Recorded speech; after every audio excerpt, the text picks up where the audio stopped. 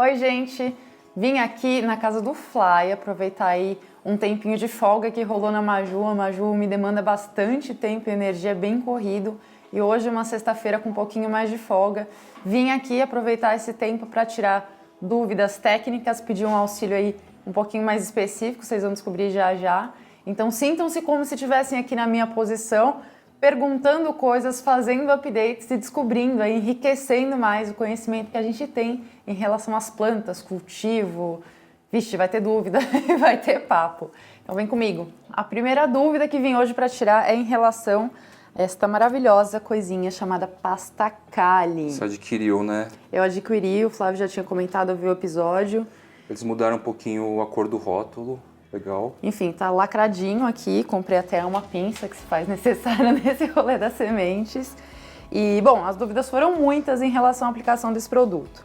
Então eu aproveitei que teve aí uma cliente que fez uma compra de um dos cortes aí que eu fiz de Monstera Deliciosa, Albo Variegata, e a gente teve alguns probleminhas de enraizamento. Então, como... Vou mostrar a planta em questão. Ela teve um problema de apodrecimento das raízes, mas, mesmo em vídeo, a gente conversando, ela me apontou aqui duas geminhas, tá? Essa aqui eu sinto bem, tá vendo? Tem um calombinho aqui, gente.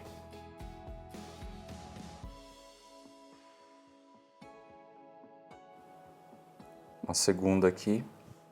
Então, assim, são dois processos que eu vou tentar para recuperar essa planta, esse corte, né? O primeiro vai ser estimular as gemas com a pasta Kali, e o segundo vai ser de estimular essas raízes aqui que sofreram com apodrecimento com esfagno e enraizador. Mas daí é um processo lá com a Maju, não trouxe material para cá, mas depois posiciono vocês se deu certo.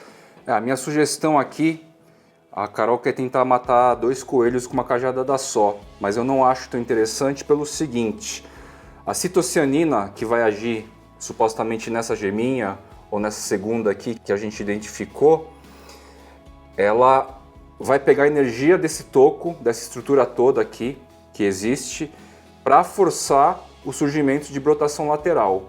Se você começar a estimular a raiz ao mesmo tempo do crescimento de uma brotação lateral, ela vai ter que compartilhar energia. E aí dificulta aí o processo. Então o ideal é escolher por um ou por outro. De qualquer forma, essa estrutura aqui vai ficar dentro de uma estufa, de uma caixa de umidade. Você vai colocar sobre o esfagno. Não precisa necessariamente, de repente, enterrar isso aqui. Você pode colocar a planta assim mesmo, ó, nessa posição deitada, de modo que as geminhas elas fiquem respirando, né? E que elas sintam a gravidade aqui para que elas subam, ok? Então você pode deixar exatamente assim na caixa de umidade. Tá. Obviamente que com a umidade e com o contato do entrenó aqui, onde a gente tem liberação de raízes, pode ser que estimule crescimento radicular, mas muito provavelmente a citocianina vai perseverar e vai nascer uma brotação lateral aqui e vai se desenvolver aqui. E aí é aquela história, nascendo um caulezinho da própria brotação lateral, você precisa esperar sair raízes independentes da própria gema lateral, fazer o corte, e aí essa planta aqui fica meio com uma matriz. Por outro lado, você está com uma apical. Supostamente daqui, ó, você vai ter aqui o surgimento de uma nova lâmina foliar. Só que aí, esta estrutura aqui do jeito que está, vai depender exatamente também das raízes desenvolvendo. Quem vai ganhar o jogo? Entende? Testaremos, mas acho que o mais importante nessa situação é que alguma coisa a gente salve daqui. Então vamos aprender a usar a pasta Kali, comigo e com o Fly. Com essa questão que o Flávio trouxe de disputar a energia entre o crescimento da gema lateral e o desenvolvimento radicular, a minha dúvida para ele, inclusive com esses exatos termos, foi: mas dá para nascer a brotação lateral de um cadáver? E a resposta está aqui, ó. Anthurium lucens era um toco, é um toco ainda. Essa brotação lateral aqui veio a partir da aplicação da pasta Kali, da influência da citocianina, e veja só, ainda não tem raiz nenhuma. Por que que isso acontece, Carol? O que que você imagina? Como que a planta consegue fazer? Porque ela tem uma reserva de energia dentro desse toco, desse caulezinho dela, e ele vai dispersar essa reserva de energia para fazer a brotação lateral acontecer, mesmo sem ainda o desenvolvimento radicular. Exatamente. Então aqui você vai dar duas condições para ela. Dentro de uma estufa úmida, mesmo que você não coloque as raízes em contato, só apoiar daquele jeito, a própria umidade do ar vai estimular o quê? Surgimento de raiz do entrenó. Nessa áreazinha aqui onde já tem algumas raízes tentando ser alguma coisa. Inclusive dessa aqui pode surgir ainda mais atividade, capilaridades e tal, tá? Inclusive e tem uma outra aqui também que está mais saudável, uma pequenininha. Contudo, com a aplicação da pasta Kali nessas tentativas aqui de gemas, que são verruguinhas praticamente, pontinhos, talvez a planta ache melhor canalizar as energias nesses pontos. E aí não vai ter crescimento de raiz, porque vai ser muita coisa para ela possivelmente, tá? Como é o caso exatamente dessa mudinha do Anthurium lucens. Ia ser muita coisa para o toco liberar raiz e gema foliar lateral. Então ela preferiu aí lançar as folhas e não produzir raiz. Existe uma reserva, então, como você falou, no toco, só que essa reserva é limitada. Então assim, qual que vai ser a engenharia, a matemática aí que ela vai sentir melhor? Às vezes tem energia para tudo, não dá para saber. Depende das condições que eu vou colocar ela também. Às vezes ela acha que nessas condições dá para desenvolver, né? Nas determinadas condições que você colocar, a própria engenharia da planta vai dizer, vamos ativar tais situações específicas aqui que estão mais favoráveis de acordo com o clima X. Exatamente. E como a gente sabe que em quartinhos de umidade a coisa é bem doida, pode ser que ela estimule aí os dois pontos, tanto a brotação lateral quanto o desenvolvimento das raízes. Bom, então vamos lá, valendo agora. Tá aqui a pasta Kali fechadinha, lacrada, a vácuo, né? O que acontece? Eu trouxe a pinça, eu comprei a pinça por dois motivos. Primeiro, pelas das sementes, não tem nada a ver aqui agora. Mas segundo, eu achei que fosse mais fácil de manipular a pasta Kali, né? Quando eu conversei com o Flávio pela primeira vez sobre isso, ele me orientou a não manipular o produto com a minha mão, tá? E também me orientou a usar algum instrumento para pegar essa pastinha. Só que ao mesmo tempo ele me disse que se tratava de um produto bem oleoso e pegajoso. Isso. Então com a pinça seria muito difícil tirar, então eu vou deixar a pinça de lado e vou usar aqui um palitinho de dentes fechadinho, desse que você encontra desde o boteco até um restaurante caro. Pode ser um palitinho de fósforo também e é descartável. Então Exato. Usou, joga fora, porque aí você não precisa ter contato com o produto.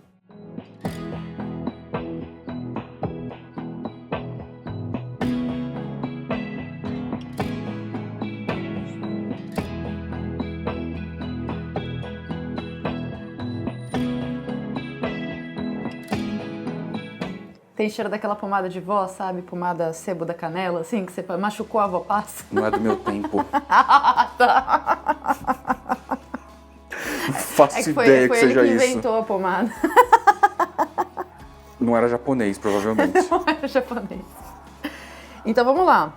Flávio me oriente aqui. O interessante é dar uma mexida, tá? Então pega o palitinho com jeito e mexe toda ela? Mexe toda ela. Vai ficar toda gosmenta, você vai ver. Olha lá.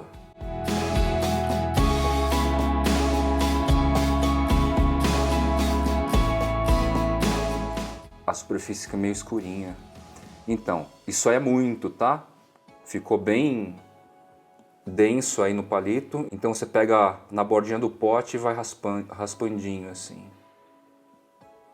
Porque é bem pouquinho.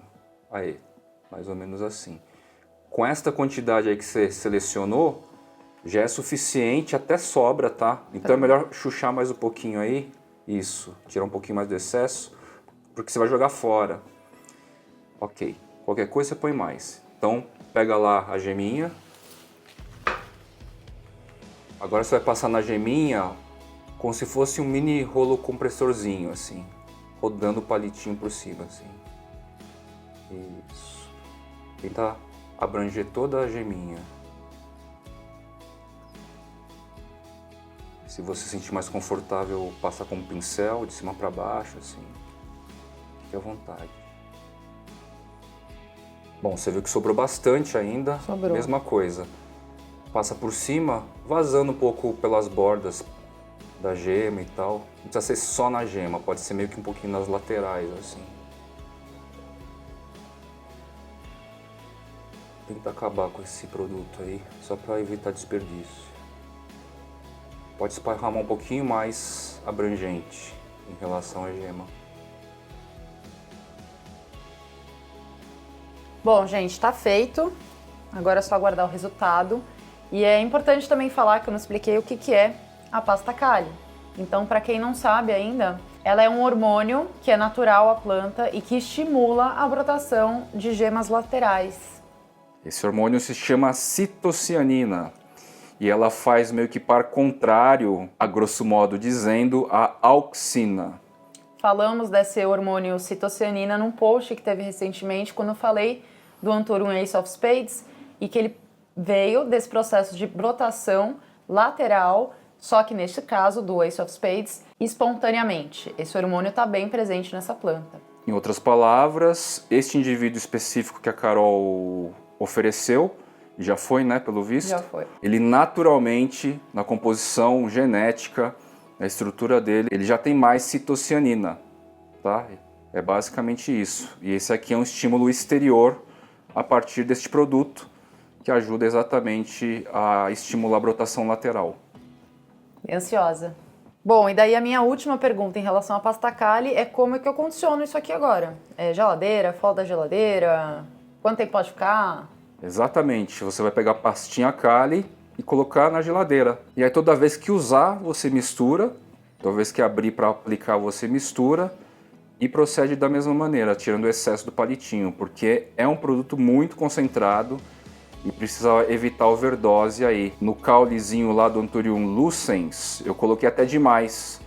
Explodiu de antocianina, inclusive, e muito provavelmente isso é meio que atípico da espécie, mas liberou muito antocianina assim, porque muito provavelmente estava um pouco mais do que precisaria, tá?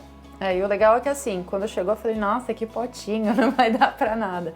Meu, rende. É ultra concentrado. Aquele palito que a gente pegou, que vocês viram que eu tirei bastante, Ainda tem. ainda tem produto aqui. Exato, mas vai ter que Então- descartar agora, que é bom não devolver. Exato.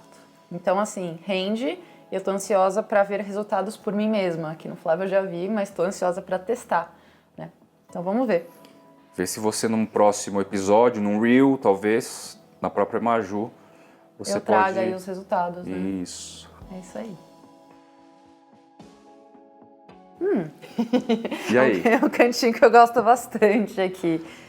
qual é a dúvida? A dúvida é sobre inflorescência, sementes. Lá no Sementes. meu quarto de umidade, porque não sei se porque a umidade é muito alta, eu tô inclusive testando agora um processo que você me indicou de adubação, que é o cote com o bokashi Sobre o solo? sob o solo. Continuo com Monstera Lab, mas assim, no quarto de umidade em específico, as inflorescências não desenvolvem. Ou elas sobem, mas elas não entram em fase masculina, feminina, elas apodrecem. Então, assim, olhar isso aqui pra mim é muito fora da real, né? Então, tem algumas dúvidas. O que efetivamente te pressiona, assim, fora da real? O que você quis dizer com isso? A quantidade primeiro, né, gente? Isso aqui é uma coisa que sempre me choca. São 4. 4? Onde tá? Ah, então, e essa aqui, inclusive, tá frutificando, ó. Então, Legal, né? ao mesmo tempo. Em que tem folha nova também, né? Esse cara é um pouquinho atípico, tá? Ele já tem uma tendência maior, por natureza genética do próprio indivíduo, a liberar inflorescência. Isso eu percebi desde o indivíduo 3 vezes menor. Só que aí depois que você então dá esse boost de nutrição eficiente, aí o cara fica bem à vontade, tá? Mas diga lá. Então, assim, uma é essa quantidade que a gente... Bom, acho que assim, apesar dele ser um indivíduo à parte, a gente está vendo aqui um monte de inflorescências meio Novas, que simultâneas, inclusive, ó. novas, ó. Estão abrindo. Saindo pólen aqui na fase masculina, né? Já tá até um pouco envelhecido esse em questão, assim, que eu acabei não utilizando na situação. Ótimo você ter falado isso, porque a minha primeira dúvida é em relação a isso. Quais são os seus critérios para gerar esses híbridos? Além, claro, de ter que combinar a fase feminina e masculina, mas fora isso, como você tem várias, por exemplo, em fase masculina ao mesmo tempo, como é que você gera esse critério? Você está me perguntando É mais do lado criativo. Ah, tá. Do lado estético, assim, o que eu escolho? Isso, o que você escolhe? Por um lado, tem a questão da disponibilidade das inflorescências e do pareamento, vamos chamar assim. Porque as inflorescências elas têm que estar nas fases respectivas equivalentes, desejadas, mais ou menos ao mesmo tempo. Pólen envelhecido também não funciona tão bem, se eu não condicionar no freezer e tal. E a fase feminina, em muitos casos aí, é rápido, é bastante rápido, não dura tanto tempo, tá? Então assim, primeiro critério é o que a natureza aqui, ela resolve me entregar pareadas, né? Numa situação masculina e feminina ou vice-versa, pareadas. Questão de tempo mesmo, Tempo né? mesmo, exatamente. Tá. E a segunda é priorizar de alguma forma aveludar, de repente, as que não são aveludadas. Então você imagina aqui, por exemplo, o Anthurium teophyloanum, essa variação. Ele é do tipo liso, Sim, coriáceo, bem coriáceo, e liso, né? Uhum. Imagina um cara desse com este formato mais escuro e mais aveludado, por exemplo. Tá. Esse é um tipo estético que muito me chama a atenção e eu estou tentando fazer também. E um segundo critério, em linhas gerais, é meio que, por exemplo, quem é esse cara aqui? Vamos ver se você reconhece. Esse é o Pink Lemonade, Com o Red Cristalino. com o Red Cristalino. E o grande diferencial desse cara é que esse esquema de nervuras dele, e no caso aqui, as lembranças de Red Cristalino e tal. Mais avermelhadas, né? Aham. Então, assim, eu tenho tentado misturar plantas que têm uma expressão alta de nervuras entre si, para que ela me traga aí um aramado diferente de nervuras, que se apresente diferente desses híbridos aqui que são muito volumosos em nervuras, como também o Michele, né? Super volumoso em nervuras e tal, a despeito aí da coloração rosácea. Esses são, de repente, dois interesses mais, assim, fortes, assim, de produção de híbridos. Eu já iria numa outra linha, sabia? Se fosse pra brincar de alquimia, eu ia querer brincar com a coloração das emergentes. Eu sou louca em coloração de emergente. Então Não, eu ia mais, assim, bem focada nessa linha. É que isso também já está meio que inerente, né? Por exemplo, vai acontecer, né? Folhas mais... Em geral, os antúrios híbridos com folhas muito escuras já subentendem uma lâmina foliar em expansão com muita antocianina. Basta ver, inclusive, espécies como o pape aqui, olha isso. Tá lindo. Tem outras duas ali no marrom bem escuro também, quase roxo. É, um Bessie e o F. Midori. Ai, o F. Midori. Ai, o F. Midori. É meio que... Existem exceções, tipo o próprio Marcusiano. O Marcusiano tem uma lâmina foliar em expansão vermelhaça, tipo o verso aqui do Subiastatum, tá? Mas ele não fica com verde tão escuro. O Olive também é assim, né? Bem marrom. E ele fica mais escuro. Fica mais escuro, Então, em isso. geral, as plantas que têm muita antocianina, seja puxando para o tom de preto, marrom, roxo, vermelho, durante a fase de expansão, ele vai entregar uma lâmina foliar mais escura. Então tá meio que subentendido isso, né? Essa contemplação de lâmina foliar em expansão. E vem cá, aqui rolou cali? Ou só citocianina? Não, aqui própria citocianina Ai, do que indivíduo, legal. ó. Carol identificou bem aqui, ó. Isso aqui é uma mudinha lateral surgindo deste mesmo carinha aqui. E esse indivíduo, por natureza, não sei se é um cara que tem muito citocianina, mas normalmente a citocianina ela é mais produzida pela planta em situação de estresse, como eu mostrei recentemente no episódio lá no painel paredão. Um estresse de hidratação, de umidade, fez com que os indivíduos gigantes, que já estão com 5, 6 metros lá no painel, eles preferissem produzir gemas laterais. Tá bom. E duas últimas dúvidas em relação a híbridos. A primeira, tem algum cruzamento que você queria muito, muito, muito fazer e ainda não conseguiu? Com certeza, não das variedades que eu tenho aqui. O que eu quero fazer muito, muito, muito é terceira, quarta, quinta geração de híbridos. Então, como a maioria das possibilidades que eu tenho aqui são primárias ou de espécie com algum híbrido estadunidense, asiático, eu quero realmente tentar Eu quero realmente desenvolver híbridos próprios, que depois serão secundárias, terciárias e assim por diante. Então é um chão aí, tô falando aí de 3, 4 anos, Sim, no você mínimo. tem que produzir, você tem que esperar elas crescerem, você tem que esperar ter inflorescência. Fazer a seleção, porque diante de tantas sementinhas aí, um indivíduo ou outro vai ter características mais interessantes para mim, e esses caras que vão ser matrizes ou doadores de pólen. Então é mais um rolê relacionado a tempo do que necessariamente ter ou não ter agora, tá? Isso aí até responde a dúvida da galera, mas por que tantos packs, poucos de sementes? A gente tem coisas tipo isso aqui, né? Mas é isso, turma. Para a produção de semente precisa dar um tempo para esperar o que vai acontecer daqui, ainda mais quando são cruzamentos novos, né? E a gente desenvolver e selecionar o que vai ser mais interessante para continuar aí outro trabalho de desenvolvimento de produção de plantas super interessantes. É porque você ter essa parte de desenvolver indivíduos ultra selecionados a partir de sementes depende de estatística, probabilidade. Então, quanto mais indivíduos você tem, mais a chance de você ter variações, uma delas ser interessante, fazer a seleção, crescer o bicho, esperar a inflorescência. Olha quantos processos. É um caminho. É um caminho.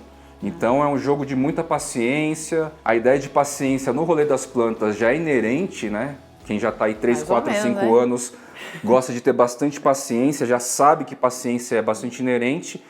Com produção aí de mudas selecionadas mesmo, para híbridos selecionados, o rolê ainda precisa de mais paciência ainda. É que eu acho que a gente tem paciência, mas a gente tem uma ansiedade de querer ver as coisas logo. A gente tem a curiosidade que anda ali casada com a ansiedade, né?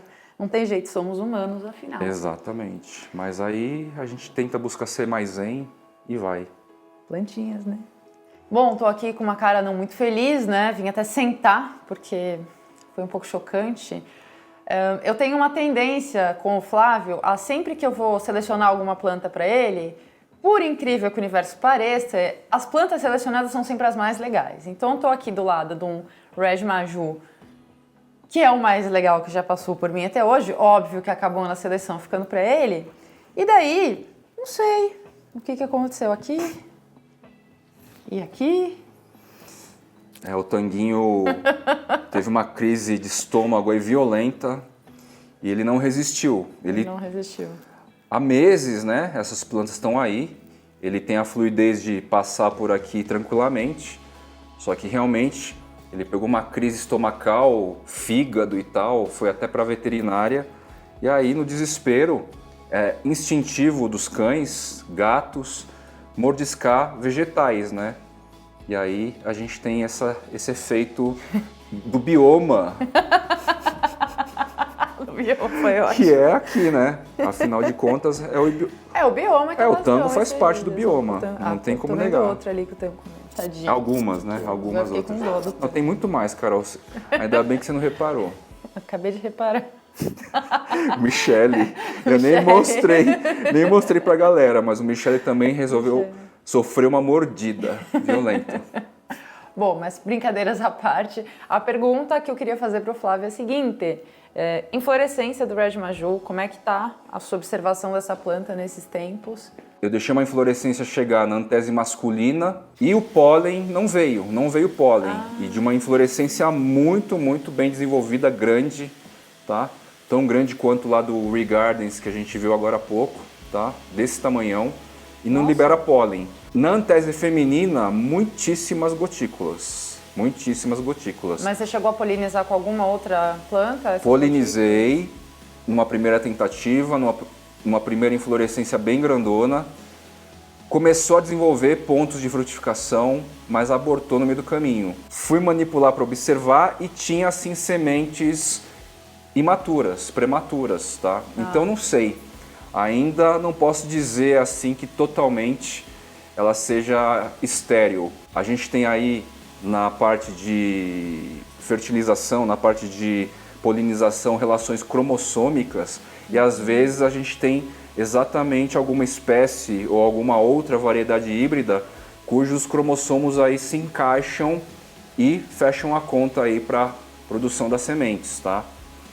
Então é questão aí de tentativas de fazer uma análise cromossômica desse cara, que eu acho que não vai ser a questão, Então, talvez por tentativa e erro, a gente alcance por coincidência essa combinação cromossômica para fechar a conta e gerar frutos. Bom, se alguém estiver assistindo o vídeo e conseguiu fazer alguma polinização, conta pra gente, porque estamos bem curiosos. Posso abrir aqui?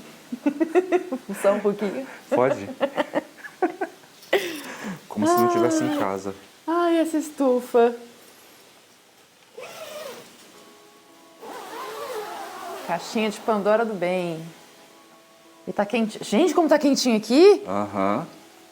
Por quê? Luz? Exatamente. A diferença é de 2 a 3 graus em relação ao ambiente externo. Posso entrar? Tá frio aqui em São Paulo. A gente está agora em 20 graus. Tá frio, Carolzita tem frio. Então aí tá em torno de 23 graus. Olha só, já captei ali uma inflorescência que faz que nem a minha, ó. É que a sua já passou dos estágios, né? Ah, Mas tá vendo? As minhas acontecem isso. por causa do quê? Umidade extrema. Excesso de umidade. Eu já até publiquei aqui no canal de quando dá inflorescência nas estufas verticais, eu tiro, porque a umidade aqui é demais para essa parte de inflorescência, principalmente as menorzinhas, tá? Bom, então eu não vou produzir sementes por muito tempo, porque eu gosto mais agora do desenvolvimento radicular e das folhas. E bom, vamos ver o que temos aqui, afinal, O que você quer xeretar aqui? Coisas que me encantam, por exemplo... Bonita, né? Jesusinho. Agora a gente está na fase estética aqui, gente, só de apreciação. E talvez, né, tem 2 inflorescências aí ao the same time. Oh, abriu uma segunda. Posso tentar uma selfie aqui. Viva! Que é micro, né? As inflorescências ainda são juvenis também, porque o indivíduo é um recém-adulto, tá? A gente está falando aqui da forma típica do Anthurium Ace of Spades. Mas é bonito demais, gente. É um vermelho com reflexo meio roxo. Não sei se vai dar pra idêntico lá captar da NDB Havaí. É muito bonito, cara. É o primeirão que eu bati o olho aqui. E aqui... Parece papililâmina ou não? Parece. Mas olha esse tom aqui. Não marrom. Parece mais. É um marrom muito característico, né? Dá uma viradinha aí pro pessoal ver. Cuidado, não vai estourar a folha, pelo amor de Deus. Não soltando. É um marrom. Marrom mesmo, né? Marrom. Esse aí é o Golias. Que Olha é só. talvez uma espécie não descrita ou um híbrido a partir de panamenhos feitos lá na Ásia, enfim. Mas ele é diferente do pá. Essa aqui é a folha dele também, certo? Isso, exato. Sim. Ele tem se mostrado... o formato é bem parecido, mas a textura é completamente diferente. E a coloração também. A marcação dos veios. Aí precisa de um pouquinho mais de olho clínico, né? Como você está lidando com muitos panamenhos e tal. E tô ao vivo aqui também, né, gente? Sim. É diferente. É diferente, com certeza. Interessante. E olha aqui. Ops.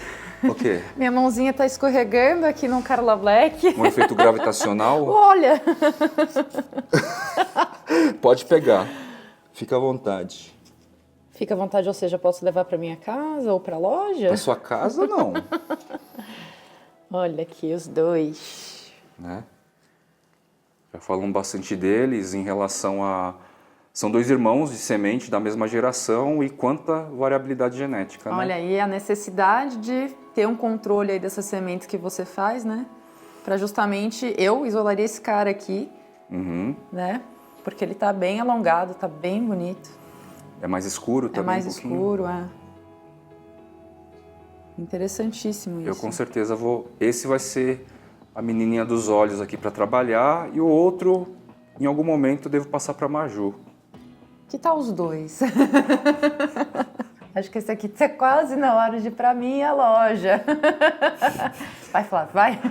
Essa insistência. Não é só ele, né? Tem um outro que é o Carla Black com Luxuriance, que eu também tô super de olho, tá bonito. Mas não vai demorar muito não pra te passar esse aí, tá? Uhul! Dá um like aí se você quer que venha logo. E eu tenho a minha última dúvida, só que daí você vai me emprestar o celular aqui. Bom, celular roubado, e a minha última dúvida é em relação a essa planta aqui, que é o Anthurium papillamino lá do sítio E-Jardim, que ele tá bem diferente, né? Parece um monstro. É porque são 2 clones. Aliás, uma matriz e um clone, tá? Já nem sei mais quem é quem aqui, ó. Meio que se confunde, porque os 2 caules estão com o mesmo tamanho, né? Olha que legal. Bom, e a minha dúvida é porque esse cara aí, pra mim, ele é muito, mas muito parecido com este cara aqui, ó. Com quem? Com o Regardens, você disse? Com o Regardens. Sim. Eles têm alguma... Ó, essa folha, principalmente, embora juvenil, traz bastante... Traz uma sensação, né? Uma lembrança, assim. É que é isso, né? É uma muda bem juvenil. E por que isso? Você imagina por quê? Então, não. É o que eu quero... Pergunta que não quer calar. Muito provavelmente... Vamos lá, então. Contando a história. Este carinha aqui, ele chegou no Brasil nos idos de 2000. Bem começo dos anos 2000. E o que acontece? Naquela época não tinha muito esse lance de ecótipo, né? A descrição foi feita na década de 80, se eu não me engano, do PAP, pelo Croat, e essa especificação de ecótipo é algo mais recente, trazido aí por pesquisadores mais jovens. E esse cara aqui, então, veio direto do Panamá, e possivelmente ele é uma progenie, que a gente fala. Ele é um ancestral do Fort Sherman. O Fort Sherman é uma variação aí com uma geolocalização específica e meio que batizada pelo Jay Vanini. Então, falando de ancestralidade, existe o quê? Uma possibilidade muito grande desse cara ser uma progenia, um ancestral do próprio Fort Sherman, tá? É uma especulação, de certa forma, não é certeza absoluta, tá?